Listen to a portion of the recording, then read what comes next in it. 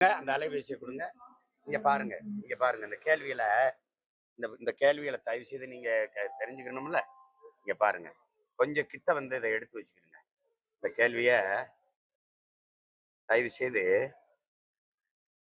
ஏன்னா நானா ஏதோ கற்பனையில பேசிட்டு போறேன்னு நினைக்க கூடாதுல. இந்த பாருங்க, இதான் அந்த கேள்வி தாளு. அதுல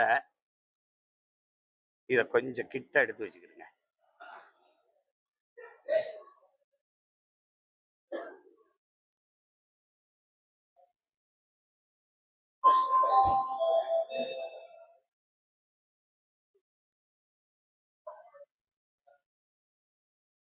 பாருங்க, இந்த கேள்வி பாருங்க.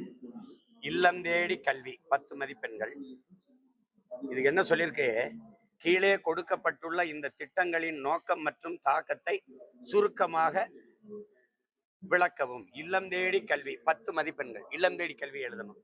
அப்புறம் நான் முதல்வன் திட்டம், முதலமைச்சரின் காலை உணவு திட்டம், அப்புறம் கலைஞர் மகளிர் உரிமை திட்டம், அப்புறம் முதல்வரின் காக்கும் கரங்கள். இதுக்கு 50 மதிப்பெண்கள். எவ்வளவு அறிவுபூர்வமான கேள்வி உதவி ஆசிரியர்களுக்கு பாத்துக்கிறீங்க.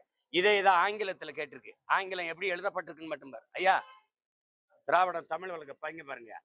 இல்லம் தேடி கல்வி தமிழ் உச்சரிப்புங்கயா, ஆங்கில எழுத்துங்க. அடுத்தது பாருங்க, நான் முதல்வன் திட்டம், நான் முதல்வன் ஸ்கீம்.